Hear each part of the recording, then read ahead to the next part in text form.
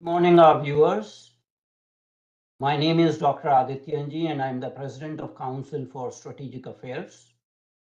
We are here once again for our monthly roundtable discussion. Those of you who saw our flyer probably saw this.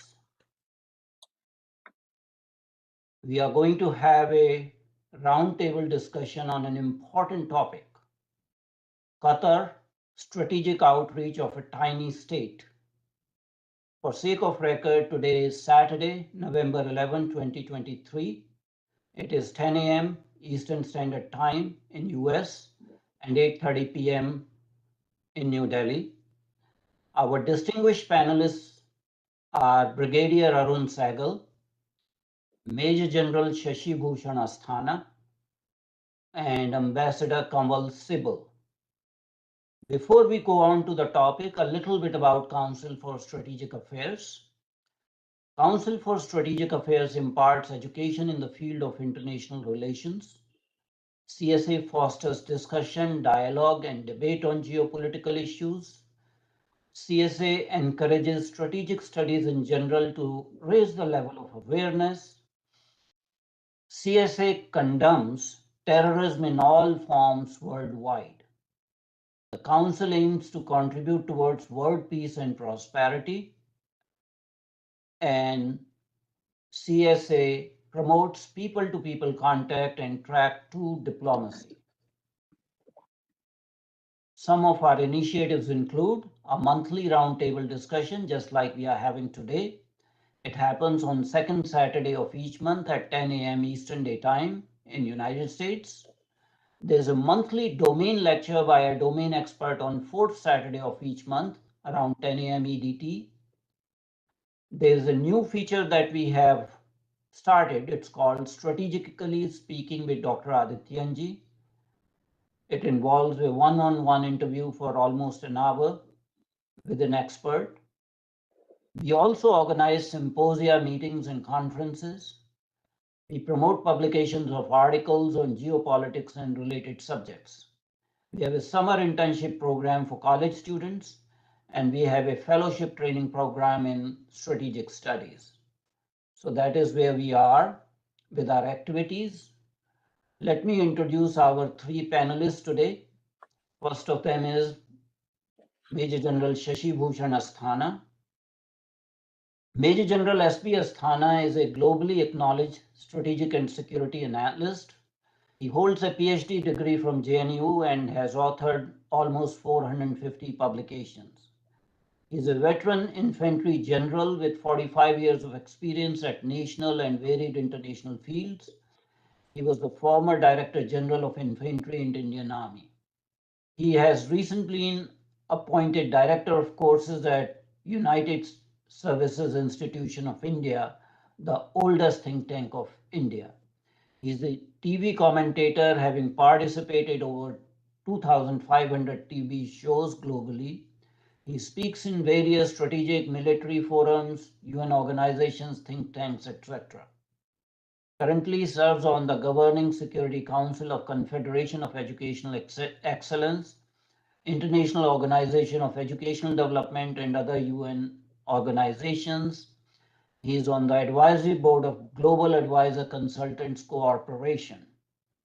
I don't want to verbatim list all his achievements. He has been awarded twice by President of India, twice by UN, CE Excellence Award for National Building by Governor of Haryana.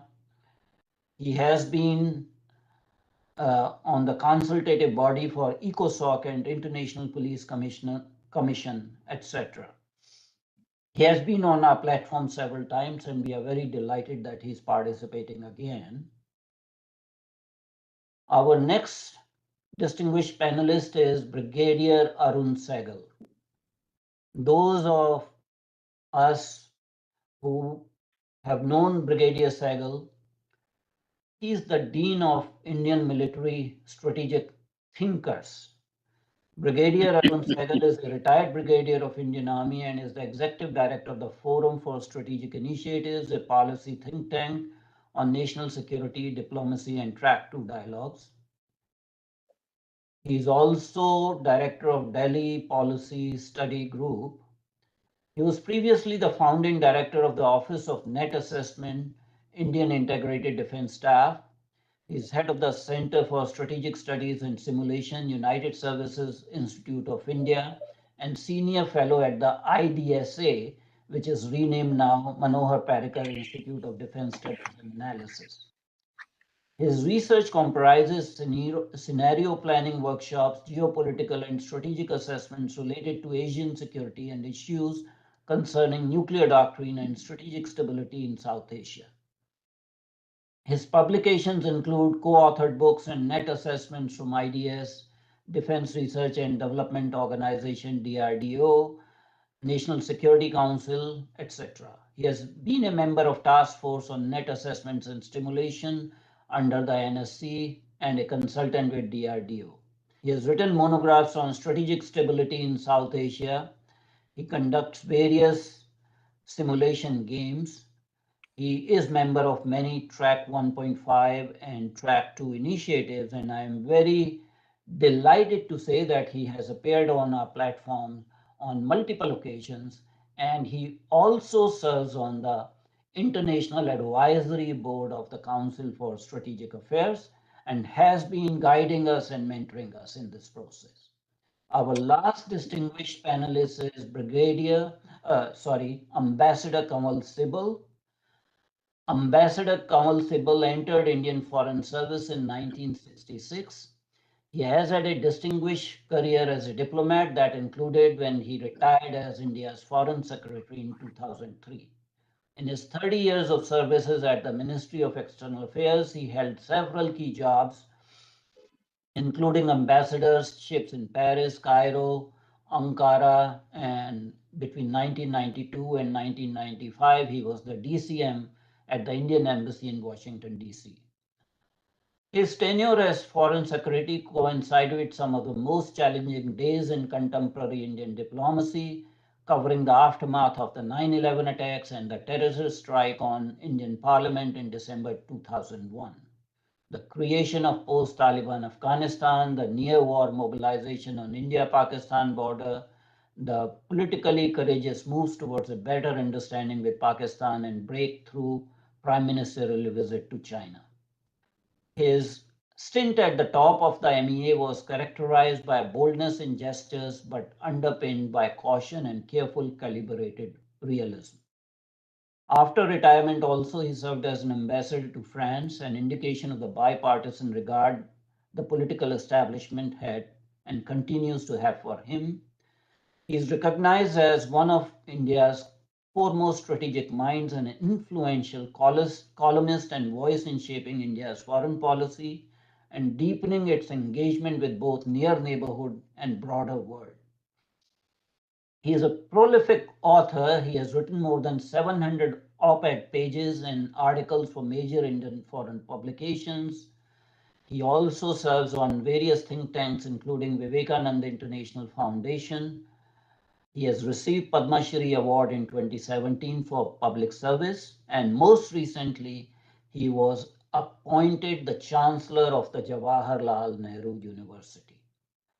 So indeed a pleasure to have such a distinguished panel for today's roundtable discussion. I come to Qatar and the strategic outreach of a tiny state. Qatar is a very small country with its capital at Doha. It has a total land area of just 11,586 square kilometers with a population of roughly 2.6 million. The important thing is that only 10% of this population is the citizens of the country, rest are expatriates. It is located on the northeastern coast of Arabian Peninsula with Persian Gulf to its northeast and south. It is bordered by several other countries in the Middle East, including Bahrain, Oman, Iran, and Kuwait. It was a British protectorate and got its independence in 1971. Needless to say, it is rich in oil and natural gas, and it has the third largest natural gas reserves in the world. So this is a kind of map of Qatar in the geographical location.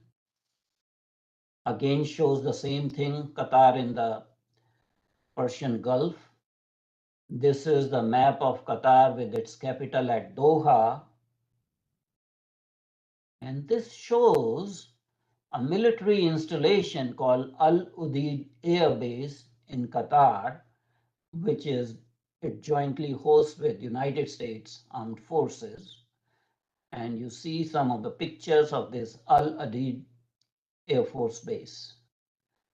So I'm not going to jump the discussion. I will lead for our distinguished panelists. A few housekeeping rules. I want everyone to remain muted to avoid noise interference. Kindly change your cell phones to vibration mode. When our panelists are speaking, please do not interrupt them. Only those members of the audience who identify themselves will be allowed to ask questions. No anonymous questioners, please. All the questions have to be moderated through the chat room. Please be precise and specific in asking questions. We are recording and live streaming this program and will also be available later on our own website. So a little bit about the format of the discussion. Each panelist will get 7 minutes to make an opening statement. After the opening statements are over, there will be a moderated discussion, maybe for 20 minutes or so. And this will be followed by open questions from our audience. So we will invite our audience to send their questions through the chat room. Without further ado, I'm going to invite first Major General Shashi Bhushan Asthana to make his opening statement. Major General Asthana, please. Kindly unmute yourself.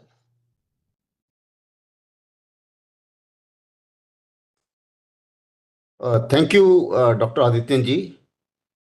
Friends from Council of Strategic Affairs, eminent co-panelists, ladies and gentlemen.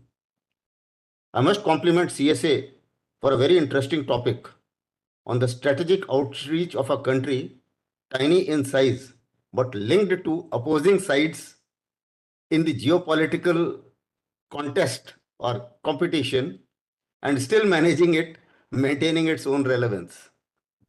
Now, why I say it is an interesting country? It's a non-NATO ally of US, houses the largest base, which was shown by Dr. Adityanji in his slides. And within inverted comma, I would say all these bases are for fighting the global war on terrorism. And interestingly, it hosts and supports and finances a large number of terrorist organizations also in the country. It has fourth highest per capita income, but it has one of the poorest record when it comes to treatment of the foreign workers. It is a Sunni-dominated country, but has a reasonably good relations with Iran. It is a monarchy which holds the major power, a half-hearted democracy in a manner that not much is within the powers of the democratic elected leaders, and they are only 60% of the entire parliament. But at the same time, it is a darling of the West who claim to be fighting for democracy. It deals with the US-led West very well. It also deals with China at the same time. And it has come of age as a very important mediator. Now, what makes it so special? Now, let me put it, the slide was shown earlier, the location of Qatar. Now, everything emanates from the strategic location of Qatar. Firstly, it's located in a manner that if somebody has to dominate Persian Gulf, then a base in Qatar is the ideal place where you should have a base. And that's why perhaps USA has got a base there, and USA is ready to compromise so many things and overlook so many things which Qatar does to ensure that the base remains there. Secondly, it has land border only with Saudi Arabia and nobody else. So it is a vulnerable country. It certainly requires, shall I say, its own security. And in that context, a military base by US and defense agreements with many countries, whether it is USA, UK, even India, it suits Qatar's interest. Similarly, as far as resources are concerned, as was mentioned, I think 17% of the global gas is with it, and therefore has I would say, fair amount of resources uh, to financially support a number of organizations, which it is getting away with in a manner that even in the current war, everybody knows that the Hamas leadership is physically present in Qatar. Israel has launched an offensive, but Qatar has still not faced any ire of hosting the Qatar leadership for various reasons. And one of the reasons continues to be that everybody looks at Qatar as a mediator and the only hope to get their 200 plus hostages back. So these are some of the reasons as to why Qatar assumes that kind of importance. Similarly, when we talk of shall I say, the uh, other relationships when it comes to Israel versus Iran.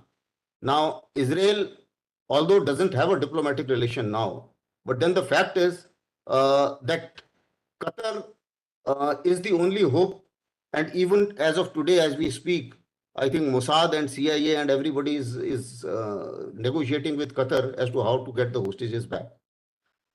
Similarly, Israel certainly held a trade office between 1995 to 2000, but I think subsequently it was withdrawn.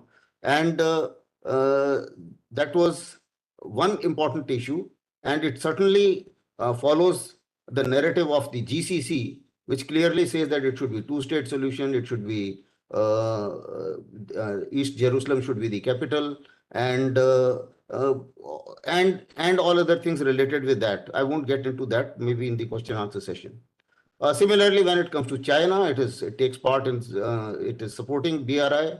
It is important source of energy. So there is a interdependence. Similarly, with Iran, economic relations interdependence is very much there. Even with GCC, it has a fair amount of tussle between 2017 and 2021. It was blockaded, but then US came to the rescue.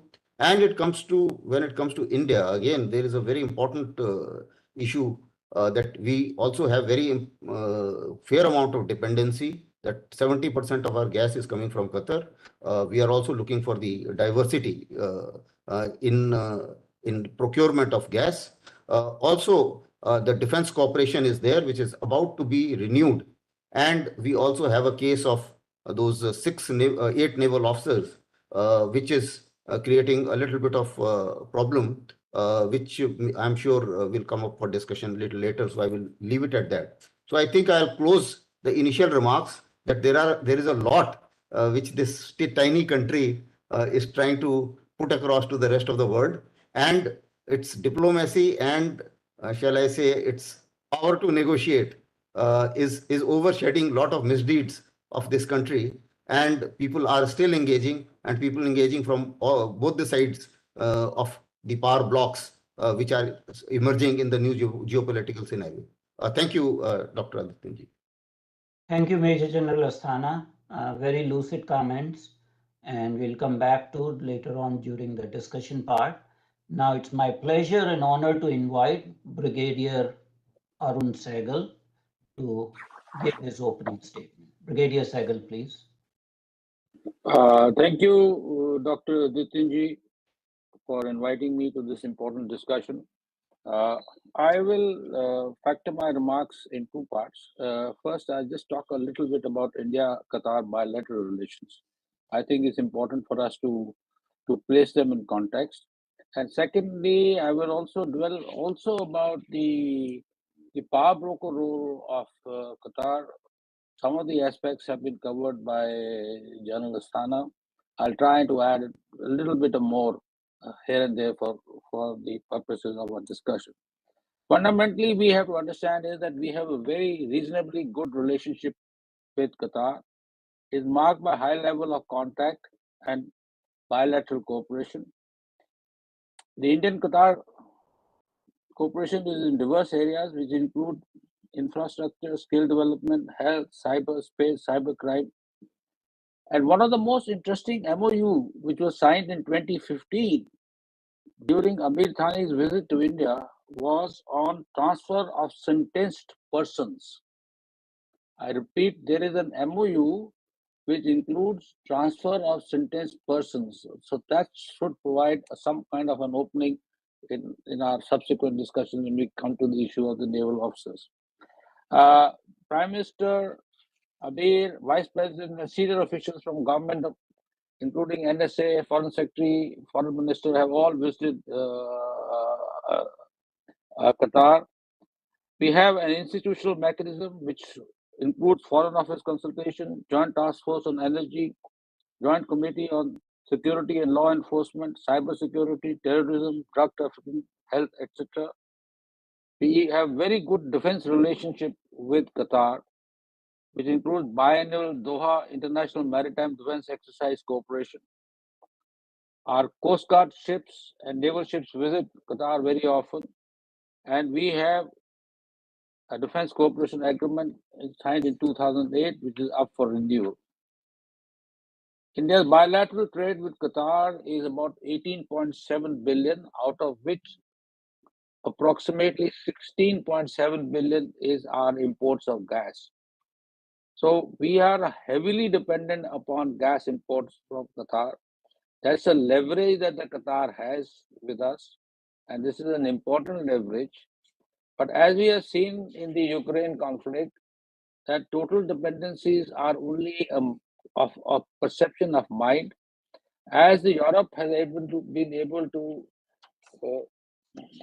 reshape their dependencies and look at the new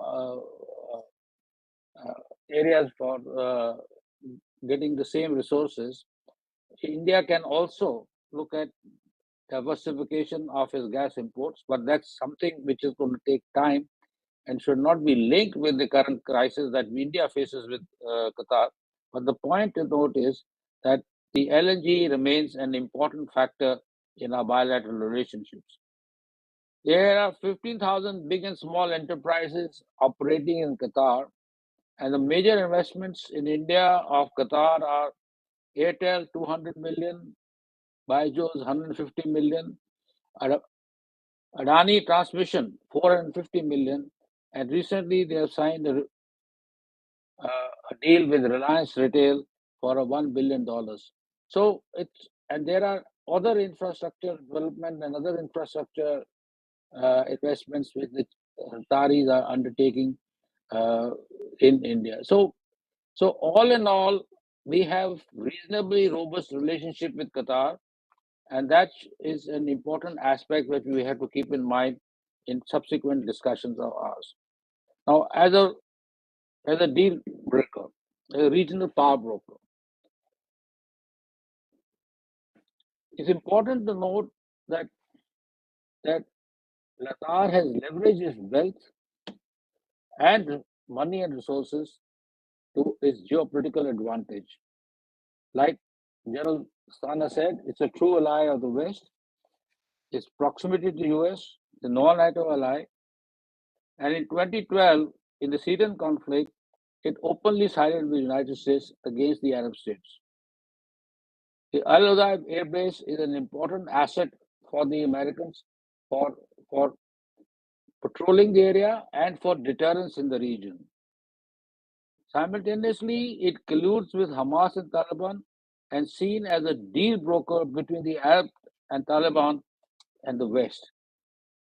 It has to be understood and noted, please, that the Iranian issue was resolved through the good officers in the recent issue of the 6 hostages being released, and the subsequent American overtures to Iran have all come through Qatar. As indeed it came through the Taliban, particularly evacuation from the Kabul base, which was taken over by the Qataris, and then the evacuation of the Americans took place. That was after the initial chaos in the evacuation. Interestingly, the Arab allies perceive Qatar to be close to Islamist groups like Muslim Brotherhood, Hezbollah, IRGC, and other. and see as Iran and Saudi Arabia, Iranian particularly, as its co-power brokers, and they openly support or prioritize Iranian interests in pushing the agenda. And this is one of the interesting rationales of Qatar. It balances its relationships and its equities equally with the Arab states to their advantage, as also leverages them with the West. That's an interesting aspect of this. West, which have limited influence over any of these groups, uses Qatar as a go-between and is often quoted as the cat's paw. Qatar remains the main source of funding to Hamas groups. According to a recent story, which is reasonably credible, that the Hamas has provided $1.5 billion to, Qatar has provided $1.5 billion to the Hamas group in the last few years. And interestingly, this whole deal went through the Israeli intermediaries. So Israel might turn around and say that we have this against Qatar or that against Qatar, and might their foreign minister has been very critical of Qatar. But the reality is that they have a hand-in-hand relationship. In fact, the Israeli NSA is on record to say that Qatar is becoming an essential party and a stakeholder in facilitation of humanitarian solution in the ongoing Israeli-Hamas conflict. What is more interesting is that Israeli reach out is despite Qatar holding Jewish state as solely responsible for Israel-Hamas conflict. However, things are not that hunky-dory for Qatar.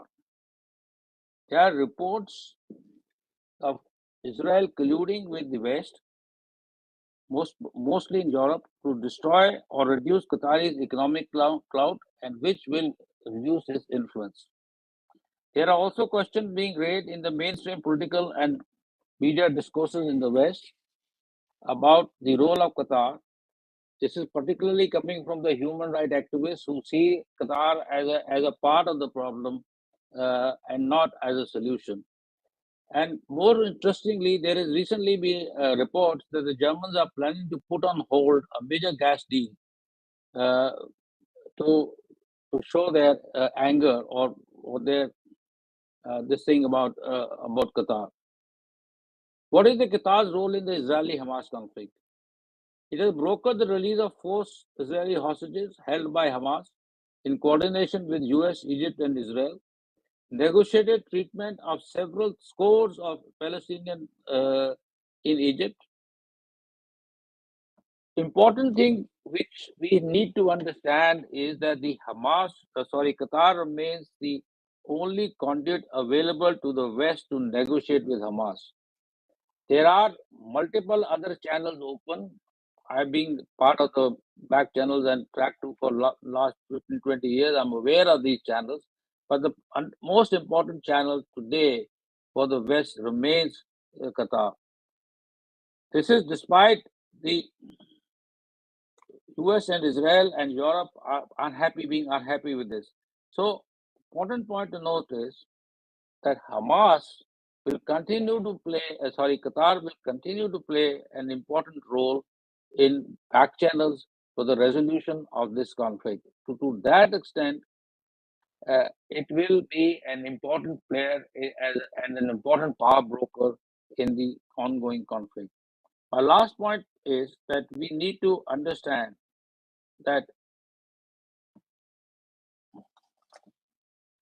Qatar exercises its influence not only on its own, it exercises its influence in concert with the West.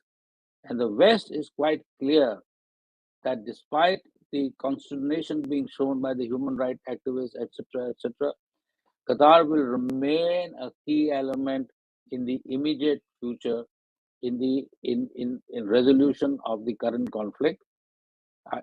And it will also remain as long as there are Iran and Iraq and Syria remain an important elements of antagonism for the West, and They will always remain a part and parcel of the efforts to moderate, back channel peace talks, or to broker some kind of deals. Thank you. I'll close here and look forward to questions. Thank you very much indeed, Brigadier Arun Sahgal. As I had said in the introduction, that Brigadier Sahgal has been involved in Track 1.5 and Track 2 diplomacy for decades. So he has an in-depth knowledge of this particular subject, and we will come back to it. Now, it's my honor and pleasure to invite Ambassador Kanwal Sibal to this platform to give his opening statement. He has been on our platform before also, so Ambassador Sibal, kindly take the platform. Thank you. Just a small correction. When you introduced me from 2004 to 2007, I was ambassador to Russia, not to France. Anyway, no, it's important to signal that because I have direct experience of Russia and its foreign policy and its interests also in West Asia, the region that we are talking about. Anyway, I said that it's after both speakers have spoken and actually given you a very good panoramic view of Qatar, its geographical location, its role in the region, its relations with the West, its relations with Israel, its capacity to be useful in difficult situations, release of hostages, reaching out to the Taliban and everything else. All this raises, there's not much that I can add to this, but let me look at at Qatar from a slightly different angle. One is that it's clear that Qatar is able to use its strategic location and its relationship with a variety of actors in a very effective way from its point of view. In the sense that, as was rightly said, it is a non-NATO ally of the United States. It has a very big U.S. Air base. At the same time, it is actually very close to the Muslim Brotherhood. It's been supporting the Muslim Brotherhood in various countries, whether it's in Egypt or in Iraq or any other areas of the Middle East or the West Asia.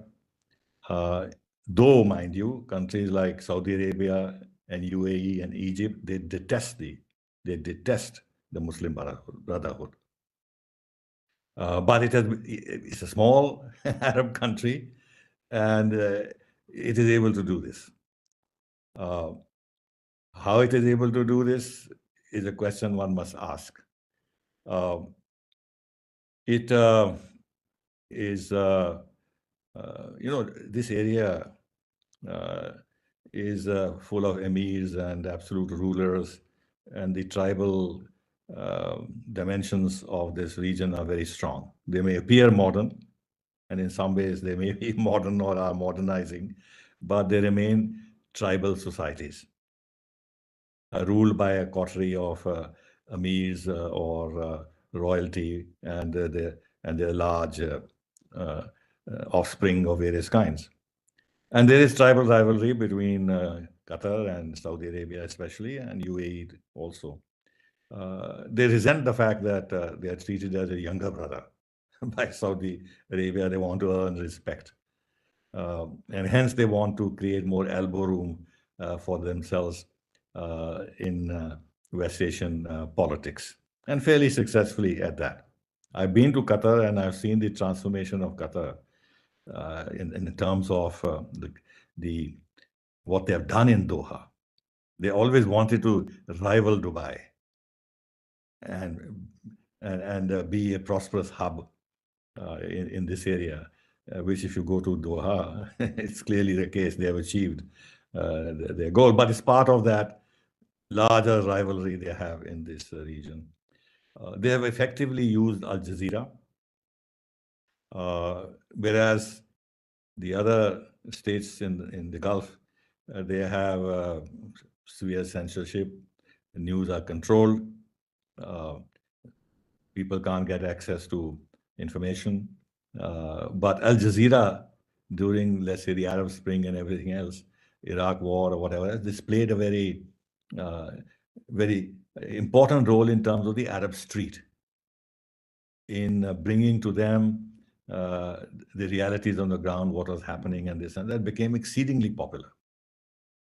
To the extent that when there have been some issues involved with Israel, one of the first things they've done is, even recently, is to bomb the Al Jazeera building.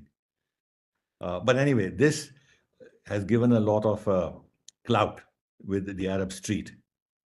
And this they have been able to leverage to their advantage. The other is that it's part of this tribal way of doing things. Well, more than tribal way of doing things, it is the part of the culture of these states that, and they have a lot of wealth. So they've been using this wealth to buy influence everywhere.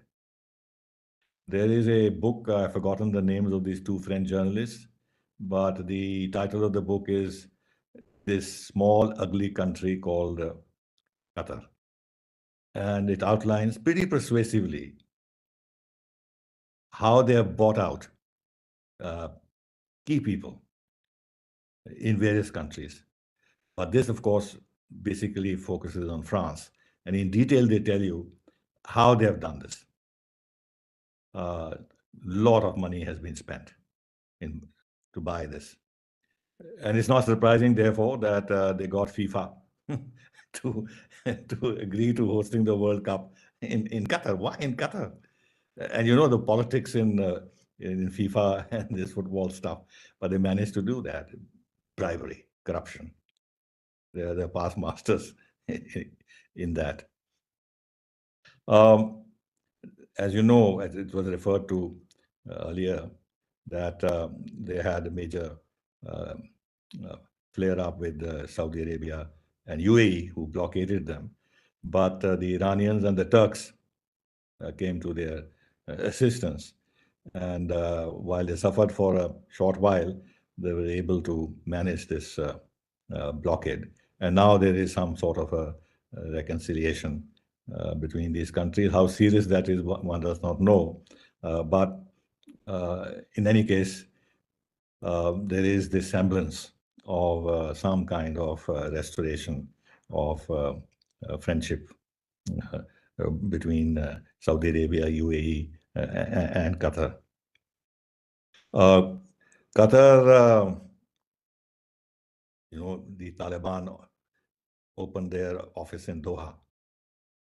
And this was the time when the United States was still engaged in this war on terror in Afghanistan, war trying to reach out to the Taliban. They were using Pakistan, but obviously an office could not be opened in Pakistan. So Qatar became very useful in that regard. And that is where the agreement between the United States and the Taliban was reached. When, as it was rightly said, when the United States were leaving Afghanistan at that critical moment, Qatar was very useful. Eventually, of course, the withdrawal was chaotic, but nevertheless, they tried to reach out to Qatar to see that the Taliban did not take advantage of the departure of the US forces in a chaotic manner and create more violence and mayhem, though some incidents did occur, as we know. If you go around to Europe, to UK or France or elsewhere, you will see the kind of investments that they're making in real estate. Some of the biggest real estate projects, the iconic hotels, they've been bought up by Qatar. The former US embassy in London, in Belgravia, is a magnificent building bought by Qatar, and they've made a hotel out of it. It is almost complete. I was in London a few weeks ago. I could see that, and it's everywhere. That's what they're doing. The Qatar Investment Authority is making a lot of investments of this kind. They have been investing in a lot in sports clubs. They target those kind of activities which enable them to reach out to the masses in a very effective way. In a sense, reach out to the public and present themselves as generous benefactors of sporting activities, this and that. So they have the premier club they own in France, etc., etc. I think the other issue which we'll discuss later, which is India and Qatar, and of course the issue of our 8 naval officers who are imprisoned there, because the purpose I can understand for holding this little discussion on Qatar is because of the issue of our 8 naval officers. Otherwise, we have no particular interest in Qatar beyond that. Though it was rightly said, they are our biggest supplier of natural gas, 7.5 million tons every year. And apparently we are negotiating a fresh contract, which may now be held up a little bit. One thing that I should mention, and this is important, that when this Nupur Sharma episode happened, which country led the campaign against her? It was Qatar. And once Qatar took that very aggressive stand, very religious stand, then other countries had to follow suit because nobody wanted to be left behind when the question of Muhammad was involved. So, so the Muslim Brotherhood angle, the conservative Islamic angle is very real. The old Amir was not so, how should I say, fundamental. Well, fundamental is a strong word. Was not such a kind of a strong believer in Islam and stuff like that. He was visiting India very often, very good relationship with us. But his son, who's currently the Emir, is more radical, as I'm told. He's much more conservative, which may then explain what is happening in terms of Muslim Brotherhood and everything else. So I'll stop here, and then we can address the questions that people would have in mind with regard to our 8 naval officers and their future.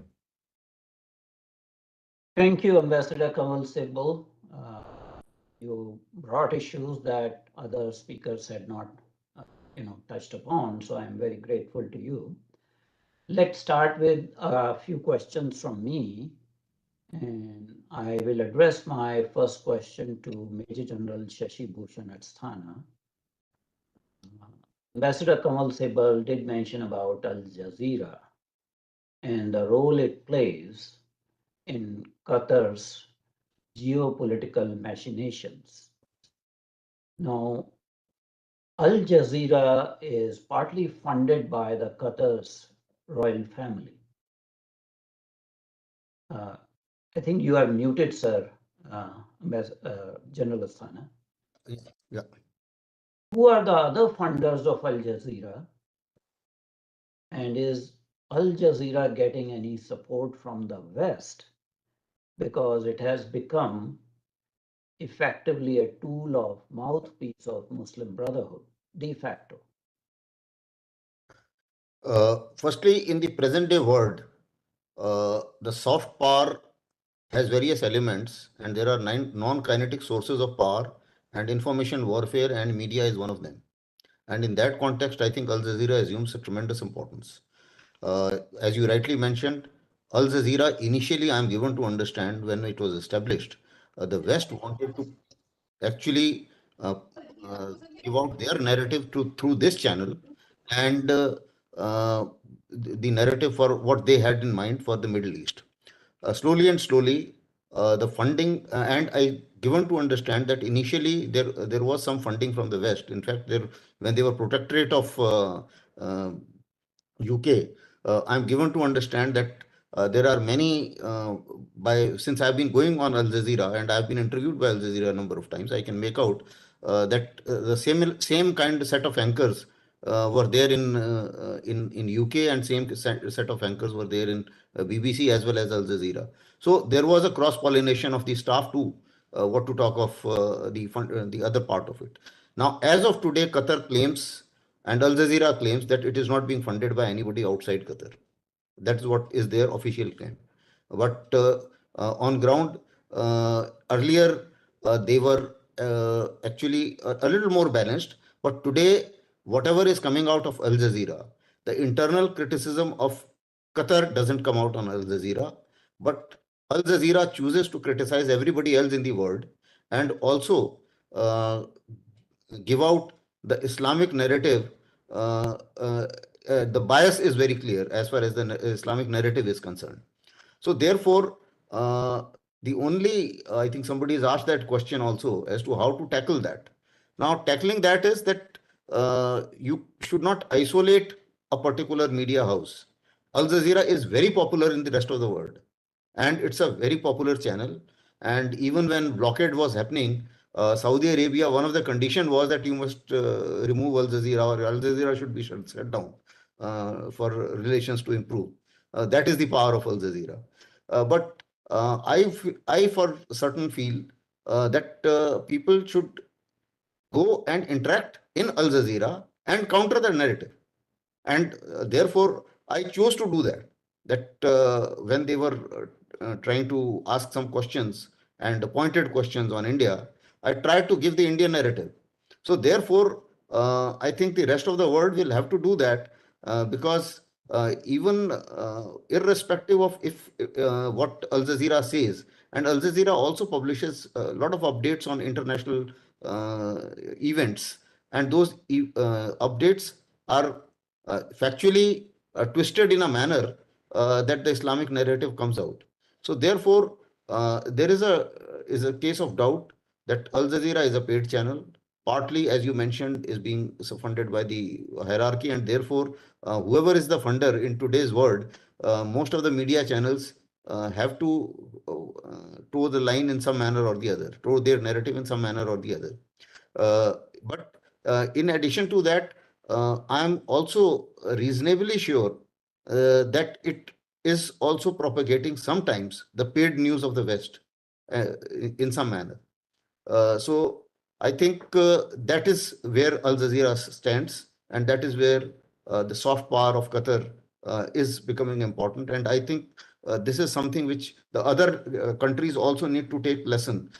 In our context, also in India, I find very few people coming out on international channels and giving out the Indian narrative. This is something which I think we need to do more often. And we also tried out certain international channels like WION, and now I find Doordarshan, India, that is India TV, Indian News.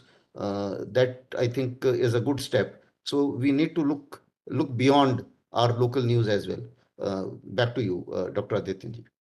Thank you, General Asthana. My next question is for Brigadier Arun Sahgal. Brigadier Sir, kindly unmute yourself. So Qatar has used this geopolitical situation in a very adroit manner, but the Air Force base it has is primarily used by United States. It was built up in 1996 at a cost of $1 billion. Qatar is also providing military facilities to other countries, including UK, Australian Air Force, and there are reports that Qatar also hosts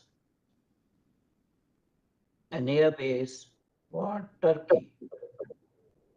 Any comments on this multiplicity of arrangements that Qatar is holding? Okay, two, three things.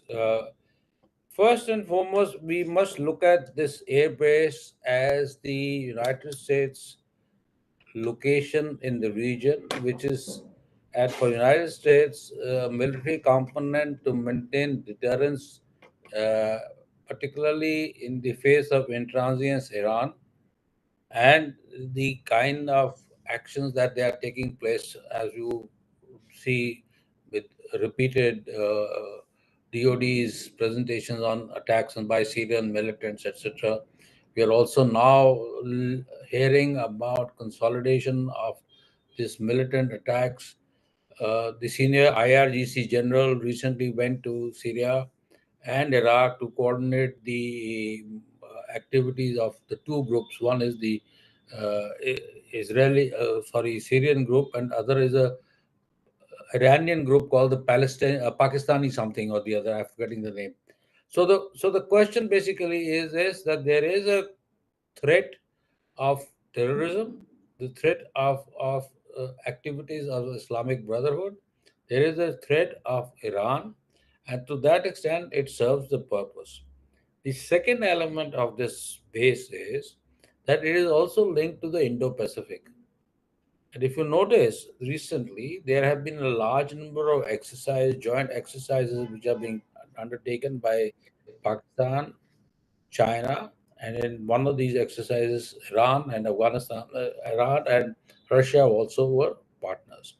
So this is becoming a centerpiece of a new Cold War or a new power extension which is now taking place between the two broad groups which have emerged on the global stage. One is the West and other is the Sino-Russian entente, which is now becoming an economic, political and a military force in the region. So if you look at from that perspective, this base is also central to the dealing, keeping tab on these activities, along with the other players in the region, other strategic partners. India is also a strategic partner in the region. So that is a broader perspective of this. Yet another element of this issue is the fact is that uh, it is no longer a game which is being played by the West. It is a game being played by the China. Chinese are also investing. Chinese are investing in Bahrain. Chinese are investing in Oman.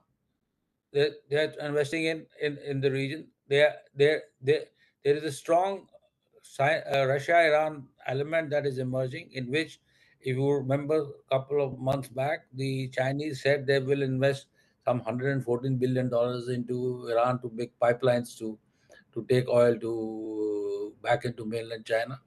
So this is becoming a big geopolitical perspective. And my last point to note is that before the Hamas attack on the 7th of October, the region was headed for a more practical and developmental perspective of developing the IMEC corridor, the ITU2, the resolution of Iran Saudi conflict, the Iranian's own 2030 vision plan. All these elements were to leverage soft economic power for the regional development and push the region away from these Islamist and terrorist oriented tendencies. Now, this element has now the war in Israel and Hamas has impacted that deeply. In fact, some of the American commentators are talking about the fact that this was the main purpose. I see. For me, the jury is still out.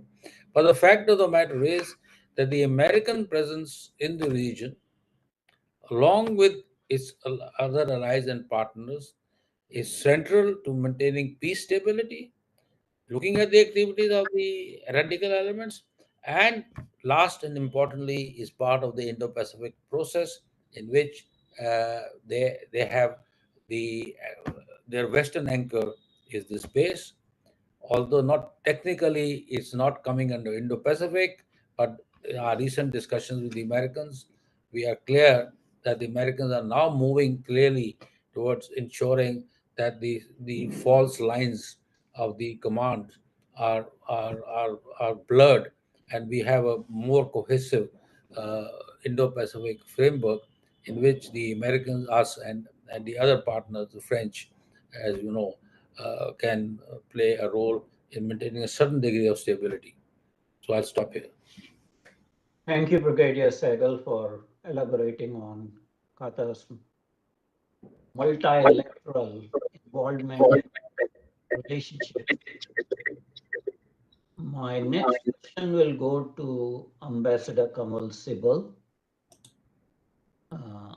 Ambassador Sibal, can you unmute yourself, please? I'm unmuted. Okay. Ambassador Sibal, you did mention about the Nupur Sharma episode, and Qatar essentially played the role of Ayatollah Khomeini, just like he issued a fatwa on Salman Rushdie's book. Qatar played analogous role. Now, having known these West Asian dictatorships, absolute monarchies, theocratic states, taking an obscurantist path and interfering in the domestic affairs of India, should the government have handled this challenge from Qatar in a different manner than it did? Because the way it did, it probably emboldened the Qatar government to do things further. Well, yes, the Qatar took the lead and blew up the issue beyond proportions. Or I actually didn't hear what Nupur Sharma said, but what I've read in the press, she merely said something which not only others have said, but which is also something which the Muslims themselves accept. So they made an issue out of this, and why they made an issue out of this, the only explanation could be, as I have said, that the new Amir is much more conservative, much more tied to the Muslim Brotherhood. And perhaps he thought that this was one way to take the leadership, though of course the question still remains that what was his calculation in terms of how this would impact India-Qatar relationship. Clearly they would have understood that, especially when other Muslim countries follow suit, that they were artificially creating a serious issue between India and the Islamic world, led by Qatar. Now, there can be various explanations. One, of course, is that the new Amir is much more conservative, tied to the Muslim Brotherhood. The other could be that he thought that this was one way of asserting a regional leadership, that he taking the lead and others following suit would establish his leadership role in these matters. Could be the third could be that some of his friends, close friends, like Turkey, and with some Pakistani playing some kind of a role in that, may have prompted this. You can never know what machinations went behind this, but you can't rule out the hand of some other countries in encouraging Qatar to do this. I think Qatar has begun to box much over its weight, and they've got away with it. They have seen that how they have become important in terms of intermediaries for a country like the United States in very serious issues involved, whether it's Afghanistan or Iran or what have you. And therefore, they felt that they have considerable international clout to be able to do this. Now, if over and beyond that, if they have some gripe against India, some issue with India, which is relating either to Qatar Airways or something else. I can't say, because what I do know is when I was more involved in these matters a few years ago, Qatar, actually at that time, Qatar was Qatar Airways, frankly. And they were very unhappy that they were not getting the same kind of access to India as the Emirates. They wanted to be on a par with the Emirates. And we were resisting this. We did not allow this. And the head of the Qatar Airways at that time, maybe he still is the head, is a person of Indian origin. So maybe there is some issue involved with regard to more flights and everything else for Qatar Airways to bring it on par, as I said, with the Emirates. It could be that, or some kind of better terms for a gas deal, which is, I'm told, being negotiated. That could be another reason. So there can be a multiplicity of reasons, but the long and short is that Qatar really believes that it has a certain degree of impunity. And that is so visible at this time, when actually they are giving haven to the leaders of Hamas, who've been involved in these horrific terrorist attacks in Israel. And now some pressure is beginning to build up to try and put constraints on the Qatar Investment Authority, or even take over some of their assets in order to hit them where it hurts. But whether this happens or doesn't happen, but until now they have believed that they have a certain degree of immunity. The other thing is that, and this I got a direct experience of. We say that, look, we have 700,000 people in Qatar, and that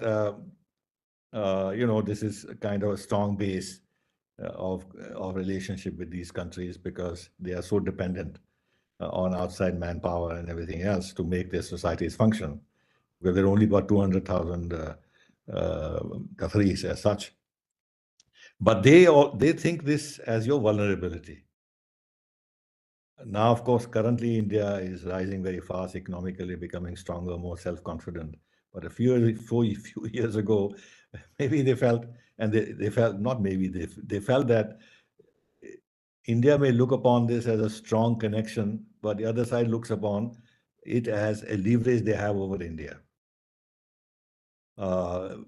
So maybe Qatar feels that India has limited options of retaliation, quite apart from the gas dependence and everything else, because they have these 7 lakhs hostages, in inverted commas, of Indian origin in their country. Maybe that gives them a sense of self-confidence. These could be some of the reasons. And of course, they know that India is looking for investment, in investment infrastructure, our investment infrastructure fund. We're looking for their sovereign funds to come and invest in India. There's an ongoing discussion, which again, they feel they have the upper hand. India needs these investments. They have more options. They can go anywhere. They're investing hugely in Europe. India is not their prime source of investment. So they feel that India is looking for investment, that they can bargain and they can extract better terms, or they can be choosy. There could be a variety of reasons. Thank you, Ambassador Sibal. My next question goes to Major General Shashi Bhushan Asthana. General Asthana, kindly unmute yourself. You're muted right now. So the impression, General Asthana, is that Qatar is punching way above its own weight. And it's acting with impunity because it feels that nobody can take any corrective actions. And I want to go back to the FIFA, the World Cup in 2022. You have appeared on Al Jazeera, and there was a lot of international talk about human rights violations of the labor that was imported from developing countries And closer to home, more than a couple of thousand Nepalese workers died in Qatar. Did they receive any compensation from Qatar? Did any human rights organization make it a signature point as far as government and the ruling family of Qatar? What information do you have? And why it was not done by other countries? It was a clear, gross abuse of the labor in build-up of the stadium. Firstly, I have a very limited information as far as the Nepalese are concerned, but I'm quite aware that United Nations did take up this case regarding the ill treatment and shall I say subnormal treatment of all the workers who are there with Qatar. And I was given to understand that Qatar also uh, tried to put something that tried to sell out the idea that they are improving their human right credentials as well in some manner by tweaking some of the rules and giving some concessions. That was one part of it. Secondly, as far as uh, their treatment is concerned, uh, when it comes to the shall I say their laws, they make sure that people do sign such documents that it becomes difficult for subsequently to for them to get legal remedies against ill treatment. Now that is also something which is causing a fair amount of concern. Thirdly, as far as the international opinion is concerned, uh, being in United Nations, I can very much tell you that the United Nations follows a large number of narratives of the West. And so long US has tremendous amount of interest in the West, uh, the a very strong action by United Nations doesn't happen. It is normally said that United Nations is a very strong organization against very weak countries and a very, very weak organization against strong countries. And more so if you are alienated and have very close relations with a P5 member.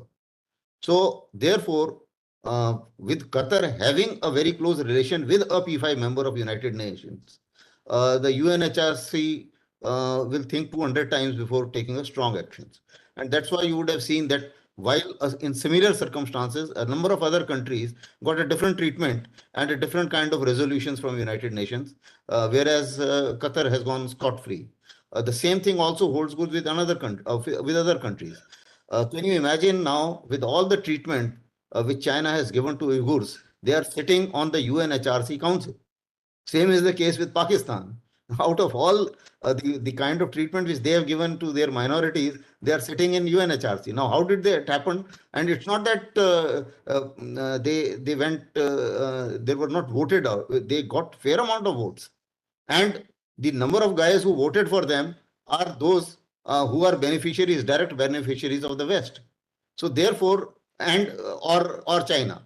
So therefore, China also being a P5 member, the voting pattern to get these people on board on UNHRC or on human rights issues also gets changed because of the influence of the P5 member on those countries. And countries also start voting in that manner because even in UN voting, every country looks at as to how it interests me, and that's how he votes, and not exactly as to what the issue is and what is the merit of the issue.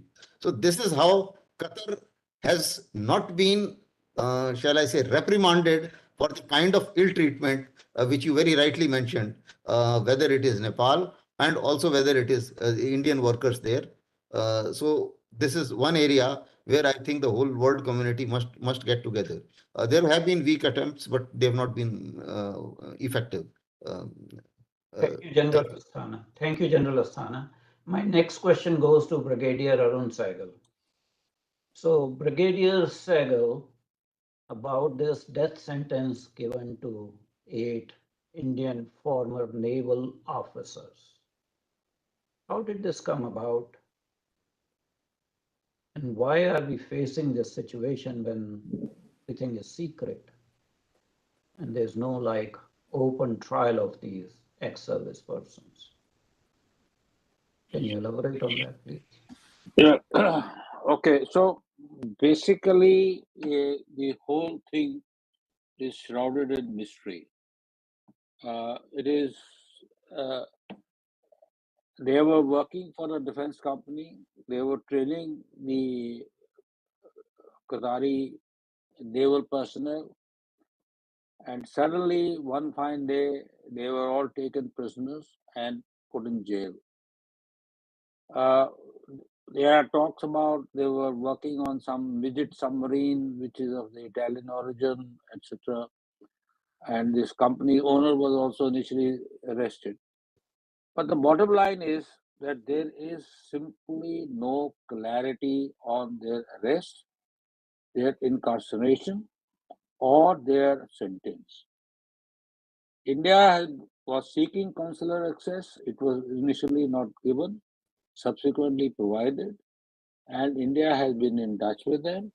But sadly, the situation is that we are not as much aware of the reasons behind this act.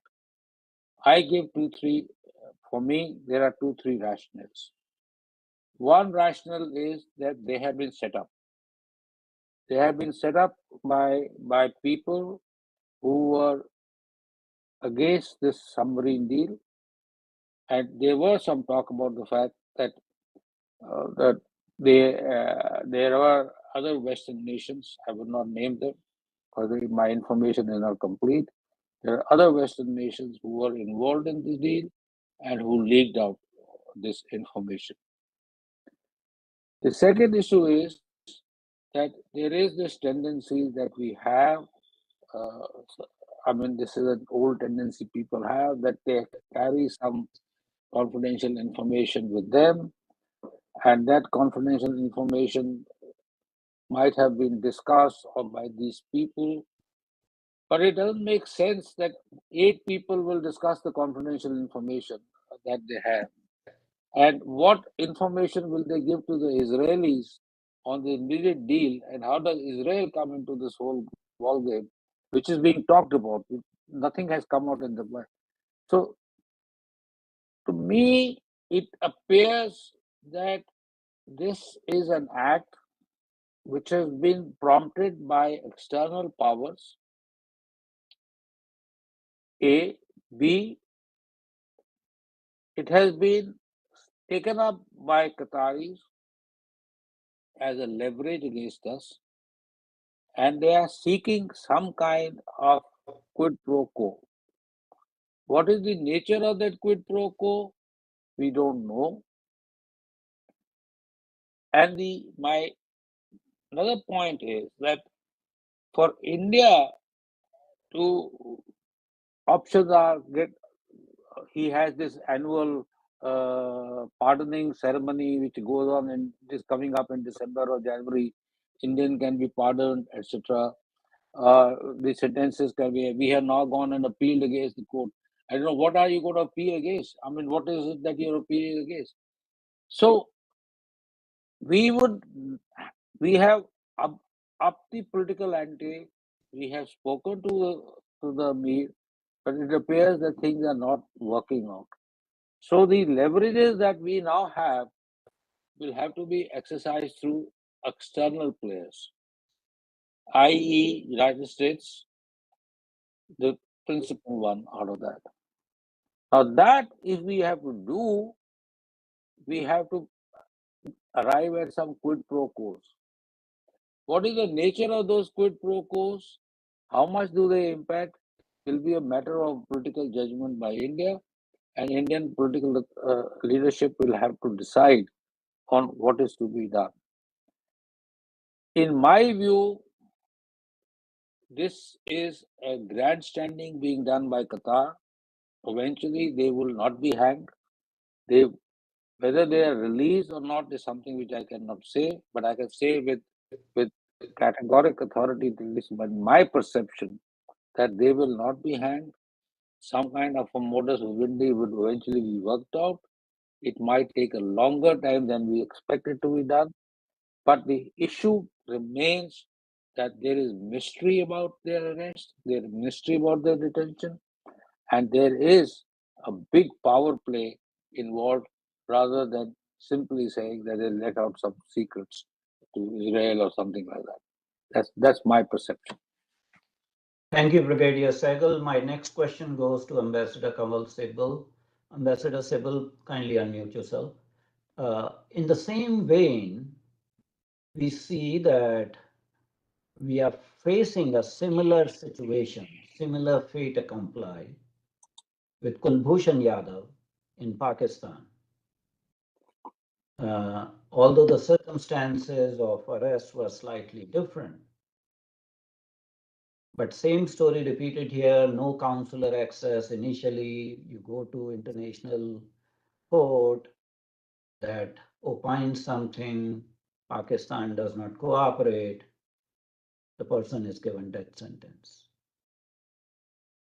A, is Qatar playing by Pakistan's playbook? B, who are the external forces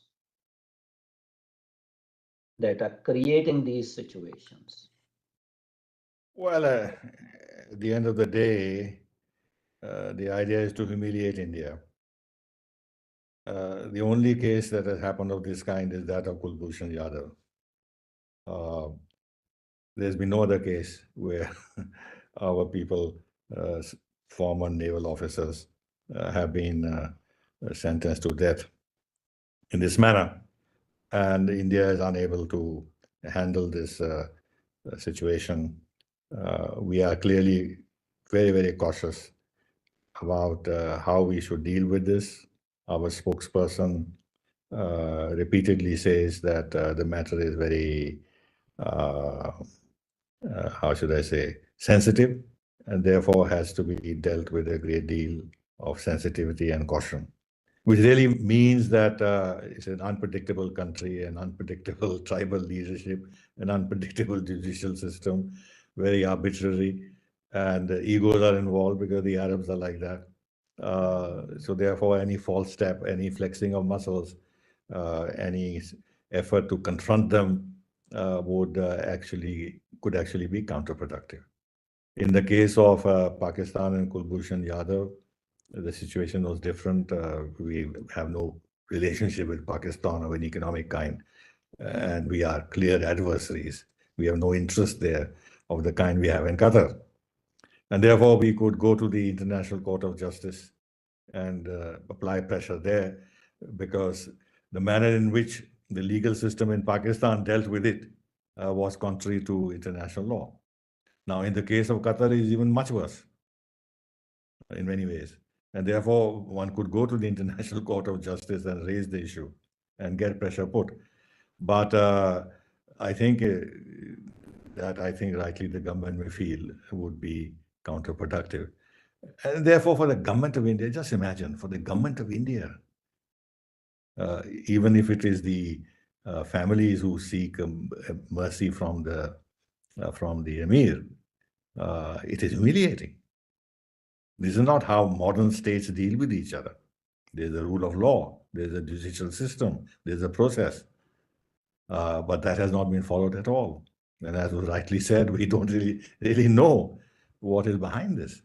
Now, even in the case of midget submarines, frankly, Israel should be happy that Qatar is getting these midget submarines because they'll use them against Iran. Eventually, they're meant to be used against Iran on behalf of the Americans and everybody else, because they are part of that alliance system in some ways. They're not going to be used against Israel. So why does the Israeli angle come into this? I'm perplexed. And then there is a view to the effect that actually there is no contract like that. That they were only involved in training. And that also because Qatar approached the government of India for training, but we could not reach a satisfactory bilateral agreement at the government level to provide the kind of training they wanted. And therefore they went to the private sector. They chose this Singapore company. The guy who was from the Indian side, who was involved in this. Actually, he's been honored as a Pravasi Bharatiya Divas Fellow for achieving something, for achievement. We honor these people who achieve, the non-resident Indians who have achievements to their credit. He was honored by us, and therefore they took on this training. I agree with Arun that this is there's competition involved, there are competing interests that are involved, and therefore they wanted to knock this Indian opening into this training arrangement that we were offering them, because earlier on, I believe there were some other people that were involved in this. So there could be competition, corporate competition that was at play behind the scenes. There could be any reasons. But the other point I want to say is that it's not an independent, it's a tribal judicial system. So one must try to figure out why some kind of a message did not go down from the top. It's not as if it's the Supreme Court of India. They say, look, telling the executive to stay away. Message has gone down. Look, deal with it in a more sensible manner, and this and that. But clearly that message did not go, or the opposite message went, and they wanted to create a situation and get some leverage. For what purpose, we'll be able to figure out as time goes by. The last point I wanted to mention, based on authentic information, is that in one or two cases where some Indians were incarcerated in Qatar, in the jail, they were subject to a lot of religious harassment and open calls for conversion. That if you convert, then you will find a way out. Your sentence will be eased or whatever else. Believe me, this is absolutely authentic. So there it is. We are dealing with a very dicey country with very dicey leadership, which is a mixture of modernity, entrepreneurial, how should I say, entrepreneurial qualities, who are doing extremely well in terms of looking after their interests. At the same time, very medieval in their thinking, and now, of course, very Islamic in their thinking. So it's a peculiar mixture that we have to deal with, frankly. Ambassador Sibal, I have been looking at the questions that have been put in the chat room, and we have tried to cover pretty much all those questions in discussion so far. But I'll do something a little unusual. I see that amongst our audience, there's Ambassador Pradeep Kapoor. I'm going to ask Ambassador Pradeep Kapoor for his comments as to how this issue should be resolved by Government of India. Ambassador Kapoor. Ambassador Kapoor, if you can come on the camera, please. Absolutely, with pleasure.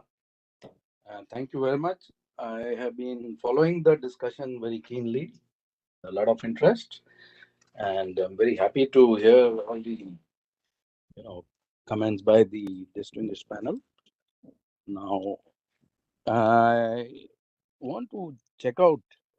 We had written an op-ed article in the Sunday Guardian on this, particularly focused on this officers, 8 naval officers who are incarcerated and have been given the death sentence.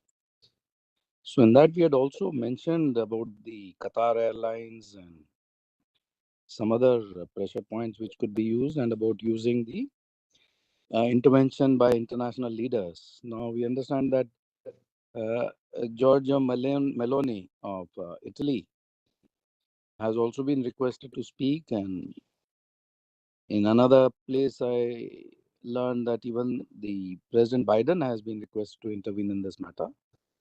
I'd like to understand from the panelists how much of this is correct information, and this is a lower court which has handed the sentence. Are there any plans, for example, to raise it to a higher court of appeal, and then clemency wise, So far, it seems that only one Nepalese person has been hanged so far in Qatar, according to the data on Google. So it should not be very difficult to resolve it in a positive manner between the two countries and see how to resume the relations between our two countries on a better footing. And for the future also, to see how Qatar does not step out of line as much as it has on the Nupur Sharma case or on this case. I will stop here, but thank you, Dr. Adityanji, for setting up this discussion and for inviting me for my intervention. Thank you once again. Thank you, Ambassador Kapoor. Clearly, the issue is sensitive, and not all discussions are likely to be very open discussions, and certain sensitive issues may be left for the government channels, government to government channels, rather than by the public channels. But I see Brigadier Sahgal raised his finger for speaking something. So please, Brigadier Sahgal, make your point, please. I simply want to say that what we have to understand is that what is the messaging Qatar is sending to us? That is the critical. Until unless we get that messaging right, everything else is optics. I mean, putting them in jail, etc., etc. Where is that message coming from? With whom is the message coming from? Is it the Qataris who are sending the message, or is it somebody else who is sending the message? And I think that is a very big criticality. And the second thing is, India obviously cannot agree to any situation which is humiliating for the nation. So I think somewhere down the line, I don't think immediately, but somewhere 2, 3, 4, 5, 6 months down the line, if the Qataris don't fall in line, we have to make a stand a little more stronger. We have to send a strong message to Qatar. There are limit to India's this thing, and we are not gonna go succumb to your pressure, because it is important for us to understand that, because today it's also linked with what's happening in Maldives. That guy is now talking about there are no Indian sailors or anybody over there. They are all contracted people by those guys. India has not sent them. So the whole notion is being now it is being connected to that is that both these places, the idea is to humiliate India.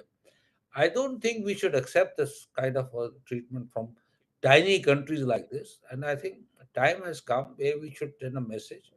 And if we don't want to send a message directly, we have multiple channels to sending that message. And that sending message that must go home. And so to that extent, I think down the channel, apart from going to Italians or going to the Americans, etc., etc., etc., there are other multiple channels which are available even in the Arab world that we need to exercise and to send a message to Qataris that if they go out of line, I mean, any action on Qataris on hanging these people and trying to undermine India in any way will have costs. And those costs will have to be borne by Qatar. That's all I have to say. Thank you, Brigadier Sahgal. You made your point very clear. I see General Asthana raising his hand. We are actually running short of time, so 30 seconds response, General Asthana. Okay, just in short, firstly, we need to take these actions, and some of the signals are being given. Firstly, Qatar is being pushed to pay up the remaining GST, that is the Qatar Airways, and I think that's one strong message which is going as far as the economy is concerned. Secondly, we are publicly going in for diversification of gas. That is another message which is going, which is being sent out. Thirdly, as far as all the channels are concerned, I mean, them are being in a manner that, as of now, it is the lower court decision, and I think the legal teams are working. The Navy has also sent a legal team, and this legal team is now taking all the legal remedies. And apparently, if this death sentence gets converted into imprisonment, then the clause which Brigadier Sahgal was mentioning, that comes into effect, and then we can perhaps look at the extradition part of it. So these are some of the measures. How successful they will be, that I think it will be time to see. But being a sensitive issue, government is not announcing very much. But looking at the Navy, and as I hear, apparently a lot is being done. Some overtly and some maybe through shall I say, in the realms of confidentiality. Back to you. Thank you very much indeed to our three panelists, Major General Shashi Bhushan Asthana, Brigadier Arun Sahgal, Ambassador Kanwal Sibal. I'm also thankful to Ambassador Pradeep Kapoor. My thanks to the audience who joined us in today's discussion. We are already running out of time. My heartfelt thanks to Team CSA, Mr. Ripudaman Pachori and Mr. Rajiv Verma, who helped me organize these programs.